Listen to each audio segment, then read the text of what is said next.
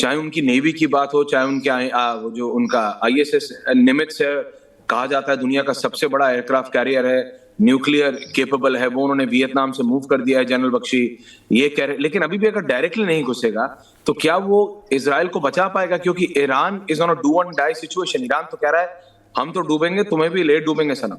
Iran जिस तरीके से कह रहा है, ईरान कह रहा है तुम तो मुझे मारोगे लेकिन मैं तुम्हें नहीं छोड़ूंगा। और ये जो बात हो रही है, चाहे वो हमास की हो, हिजबुल्लाह की हो, हाउदीज की हो, वो तो सब पता था ना, इजराइल को पहले से पता था और कह के मारा है। टाइमिंग बेन्यामिन नेतन्याहू का था, टाइमिंग ईरान का नहीं था।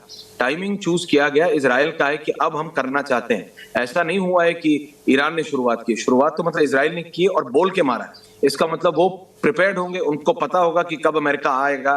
कुछ तो वादा किया होगा डोनाल्ड ट्रंप ने। अब डोनाल्ड ट्रंप अपना वादा कितना रखते हैं वो समझ नहीं आ रहा, लेकिन वो डेस्परेशन में है। व्हाइट हाउस में हम यहाँ पे वॉशिंगटन में ये जरूर देख पा रहे हैं कि व्हाइट हाउस सारी रात यहाँ पे काम करता रहा है, वो वहां पे G7 की बैठक छोड़ के आ रहा है। तो something big is in the offering, कुछ तो बड़ा हो रहा है जनरल बख्शी सर। नहीं, एब्सोल्युटली ऐश्वर्या। देखिए, व्हाइट हाउस और वॉशिंगटन में, कांग्रेस में, वहां पे विभाजन है। कुछ लोग नहीं चाहते कि अमेरिका इसमें इंटरवीन करे, और अगर बाइडन काल होता तो अमेरिका बिल्कुल इंटरवीन नहीं करता। लेकिन अब डोनाल्ड ट्रंप का काल है और वो ज्यूइश लॉबी से काफ़ी इन्फ्लुएंस है उनके ऊपर।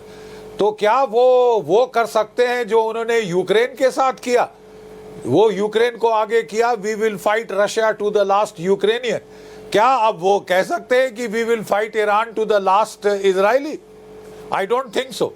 जो पॉलिटिकल लॉबी का इन्फ्लुएंस है वो भारी पड़ सकता है पॉलिटिकली डोनाल्ड ट्रंप के ऊपर, अगर वो इजराइल को आगे धकेल दें और फिर लड़ाई में ना आए, राइट। लेकिन अगर वो लड़ाई में आते हैं तो उनका असमंजस ये है कि विल एक डूबता, वो हरा तो देंगे इजराइल को, ईरान को, मतलब इजराइल और अमेरिका, कोई शक नहीं है, it is a no brainer कि कौन जीतेगा मिलिटरीली। लेकिन एक डूबता हुआ ईरान काफी नुकसान कर सकता है। It can fire off drones and missiles at Saudi Arabian oil facilities. वो गल्फ ऑफ हॉर्मुज में ऑयल टैंकर्स को सिंक कर सकता है।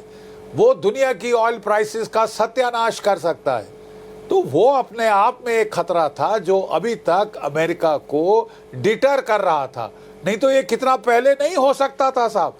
कौन सी कमी थी पहले अमेरिका के पास B-52 B-2 बॉम्बर्स की, GBU-57 बंकर बस्टर बॉम्ब्स की?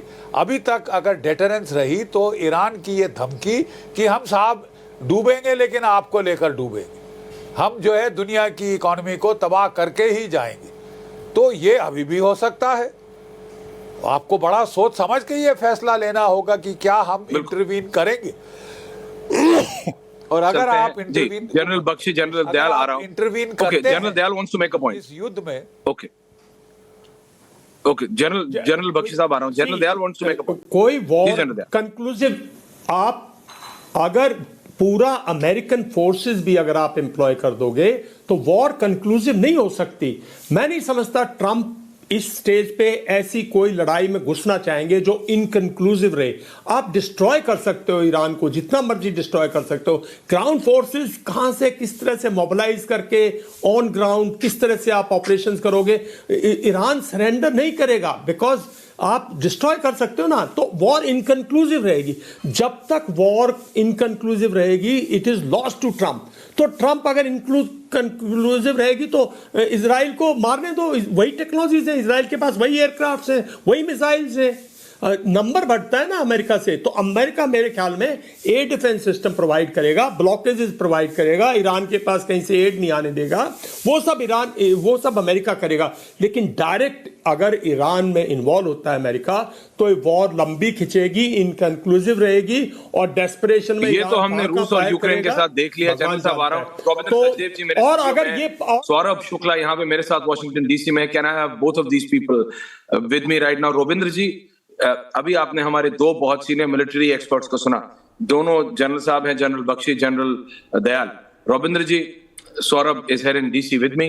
रोबिंद्र जी, क्या हो रहा है? अमेरिका डायरेक्टली आ सकता है, ये एक मैसेज है अपने आप में। वॉशिंगटन वापस आना कल देर रात, G7 छोड़ना, क्या उनका G7 में वो मतलब अनकंफर्टेबल हो रहे थे, लेकिन जिस तरह से देर रात व्हाइट हाउस में चहल पहल चल रही थी उनके आने से, उन्होंने वो 4.5 घंटे प्लेन में बिताए, एयरफोर्स वन में बिताए, but I can give you a visual confirmation कि व्हाइट हाउस वाज एक्टिव सारी रात। Ravindra ji. No, thank you, Aishwarya ji, pleasure आपके साथ, and of course general Dayal Bakshi and Saurabh. मैं इसको इस नज़र से देखता हूँ, नेतन्याहू की नज़र से पहले, नेतन्याहू की जिंदगी में कोई और मौका नहीं आएगा ईरान को न्यूक्लियर टोटल जीरो करने का, कभी नहीं आएगा जिस तरह का मौका भी आया हुआ है।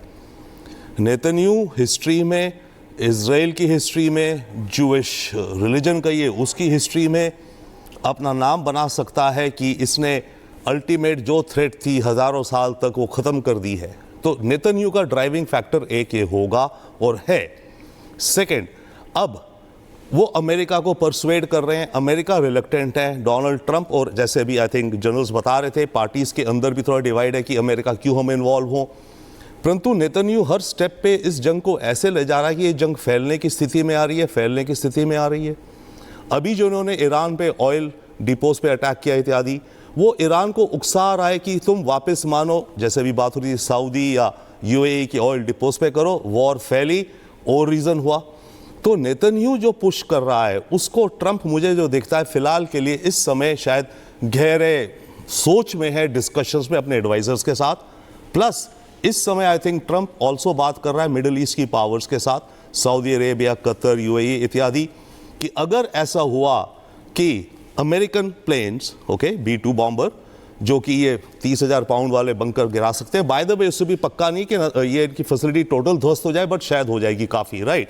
अगर हमने ऐसा करा तो ईरान का जो रिएक्शन होगा उसको सहने के लिए आप तैयार हैं, क्योंकि कुछ ना कुछ फिर ईरान का रिएक्शन, जैसे अभी फिर सब कह रहे हैं, खुद तो डूबेंगे, आप ही कह रहे हैं सनम तुम्हें भी ले डूबेंगे, तो ईरान उस मोड में आ सकता है मिडिल ईस्ट में।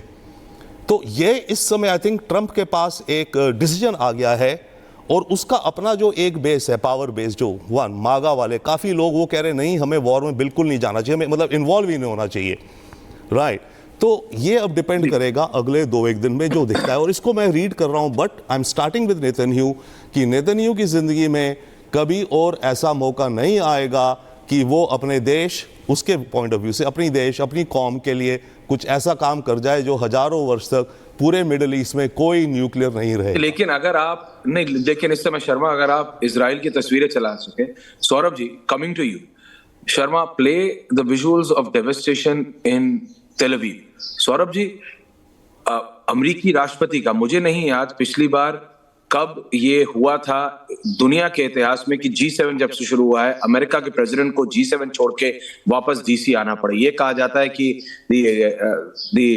the American President's office moves with him, कि अगर वो जब चाहें, जहां से चाहें, जो डिसीजन चाहें, इंक्लूडिंग द न्यूक्लियर बटन, वो यूज कर सकते हैं, बट उसके बावजूद उनको G7 छोड़ के आना पड़ा। सिचुएशन इतनी ग्रेव है, सारी रात आप भी यहाँ DC में, आपको पता है हलचल चलती रही, senior officers were in and out of the white house. Saurabh Shukla.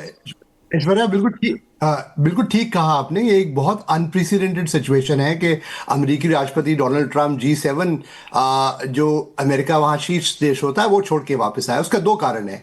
एक कारण तो यह है कि एक, उनको अपने जो स्ट्रेटेजिक एडवाइजर्स थे उनके साथ जो सिचुएशन रूम होता है वो एक सिक्योर कमरा रहता है, वहाँ बैठकर उनको आगे की रणनीति तय करनी थी। पर दूसरा जो बड़ा कारण है कि डोमेस्टिकली भी एक बड़ा प्रेशर बन रहा है। जो रिपब्लिकन पार्टी के कई शीर्ष नेता हैं वो कह रहे हैं कि नेतन्याहू ने एक यहाँ पर ड्राइविंग सीट पर बैठकर आपको वो फोर्स कर रहे हैं, आपका हैंड, और आपको यहाँ पर एक लीडरशिप दिखानी पड़ेगी।